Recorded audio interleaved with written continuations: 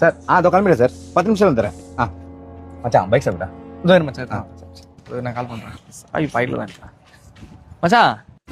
வண்டி front break loose ஆகுது, வேகமா போகுது. பேக் பிரேக்கும் பிடிக்காரா, டயர் தெரிஞ்சிச்சு, ஜாரி ஏறி விட்டுற போகுது. சரி ஆயில் வேற லீக் ஆகுது, செயின் வேற காரகாரம் இருந்து. மச்சான் மச்சான் டேய் ஆறு நடிகாரா, வாயில கீக்கிங் கட்டிக்கோ.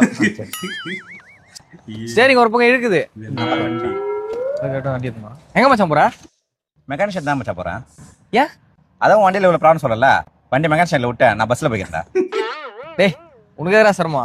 வண்டி நான் ஷெட்ல விட்டுறேன், நீ பஸ்ல போய்க்க. வண்டி வாங்க மச்சான் வண்டி சாவி குறா. டேய் வண்டியில பிரேக்.